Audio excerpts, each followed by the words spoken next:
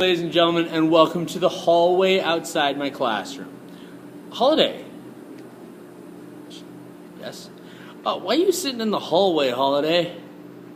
Because it's 900 degrees in my room. 900. Fahrenheit 451, that book about how books burn at 451, they would have burned a long time ago. All my books have been burned. It's bad. I'm sitting in the hallway, going to do a review video here, and it's just the coolest place in the world. Waiting for the 5 o'clock review session. Just had a very good review session at 3. Thanks to all the people who were there. Those of you who weren't, get on it. You need it. Get on it. We are working, ladies and gentlemen, in the study guide on about the 5th page. If you open it to the 5th page, we have a little bit of information about Richard Nixon. So this video is going to be really Nixon and then maybe into the 70s, 80s, 90s on. We'll see how long it goes. But Richard Nixon.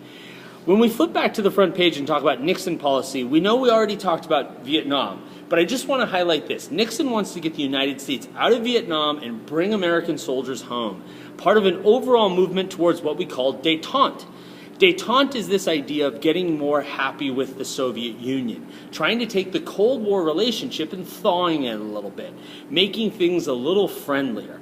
Some other examples of Nixon's détente: he's going to visit China in order to forge relationships with that socialist power. He's going to initiate the Strategic Arms Limitation talks, or SALT talks with the Soviet Union to reduce the number of nuclear weapons that we each have. He's also going to do everything that he can to convince the Soviet Union and the Chinese to get themselves out of Vietnam and leave it to the Vietnamese. If we're going to get out, you guys should get out too.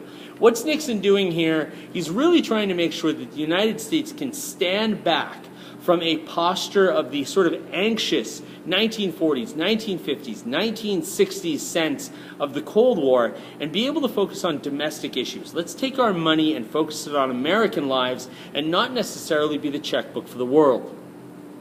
We mentioned here a few court cases of the activist court that we should know. Miranda versus Arizona, which is about being read your rights. If you've never watched Cops, well, first of all, shame on you. I don't know if I mean that. But you should know that you have to Mirandize the witness. Engel versus Vital is a case about school prayer and that schools cannot lead sanctioned prayer during the school time. Roe versus Wade is the most far-reaching of these three cases. It's about abortion rights. Watergate. When we talk about Richard Nixon and Watergate, we have to understand that this is kind of that crescendo moment for the credibility gap. If you've thought since the mid-1960s that the government is lying to you, nothing's going to do more for you to really begin to understand that, yeah, you're right, than Richard Nixon's Watergate scenario. So, prior to Watergate, Nixon's been involved in some real sketchy affairs. Nixon has had his group called the Committee to Re-elect the President involved with trying to assure that anyone who smears the campaign is either bribed or silenced. They've broken into people's homes. They've broken into people's doctors' offices to leak their medical and psychiatric histories. CREEP and the Nixon campaign have been deeply involved with a number of cover-ups. It's not good. Who broke in and where? Well, a group of 5 guys with ties to either CREEP or the White House or both broke into the Democratic National Headquarters in Washington, D.C., a building called the Watergate Building.